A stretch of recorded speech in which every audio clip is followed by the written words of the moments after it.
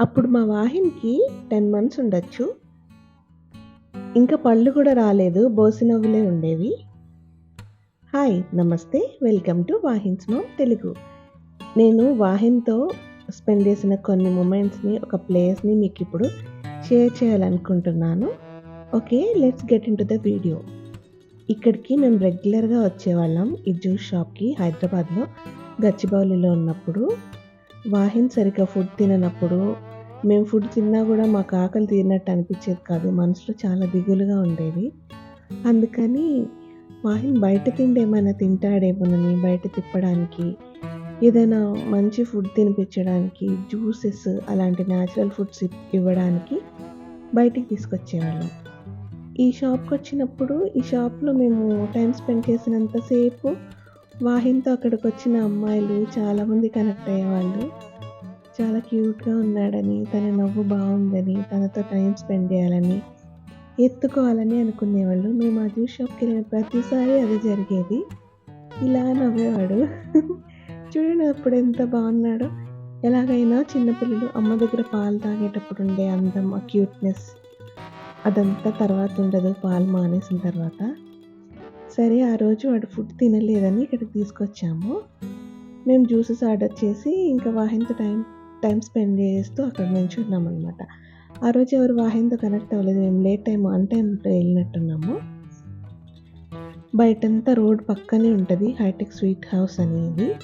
ఇక్కడ అన్ని రకాల ఫాస్ట్ ఫుడ్స్ దొరుకుతాయి. స్వీట్స్, జ్యూసెస్, బజ్జీలు చాలా రకాలున్నాయి అక్కడ. ఇంకా మేము ఆర్డర్ చేసాము సపోటా జ్యూస్ అండ్ అవకాడో జ్యూస్. ఎక్కువగా నేను వాహిన్‌కి అవకాడో జ్యూస్ ఇవ్వడానికి ట్రై చేసేదాన్ని. ఫ్రూట్స్ ఇంట్లోకి తీసుకొచ్చి జ్యూస్ చేసి పెట్టేదాన్ని.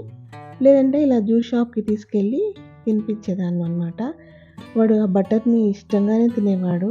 బటర్ లాగా టెక్స్చర్ వస్తుంది కదా అవకాడో జ్యూస్ చేసినప్పుడు, ఇష్టంగానే తినేవాడు. అలా అయినా కొంచెం వాడది తింటే నాకు మనశ్శాంతిగా ఉండేదన్నమాట. అక్కడికి తీసుకెళ్ళి ఇలా తినిపించి మేము కూడా జ్యూస్ తాగి వచ్చేవాళ్ళం. అప్పుడు చూడండి తను ఇష్టంగానే ఇంకా కావాలి ఆపకుండా పెట్టమని అడుగుతూ అలా ఉండేవాడనమాట. ఇదొక మా రెగ్యులర్గా మేము అటెండ్ చేసిన షాప్ ఇది.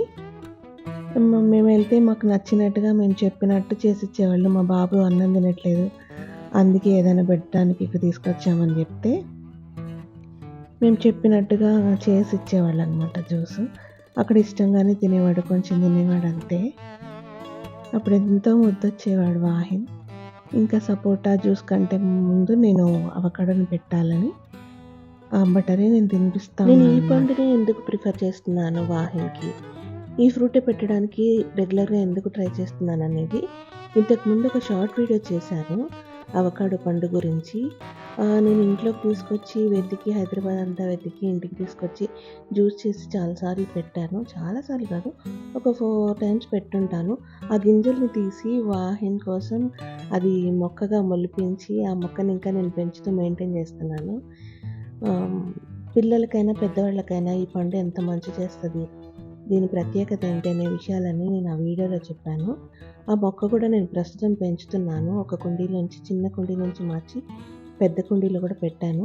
దాని అప్డేట్స్ కూడా ఏదో ఒక రోజు పోస్ట్ చేస్తాను. ఇప్పుడు అది ఒక మనిషి అంత హైట్ అయింది.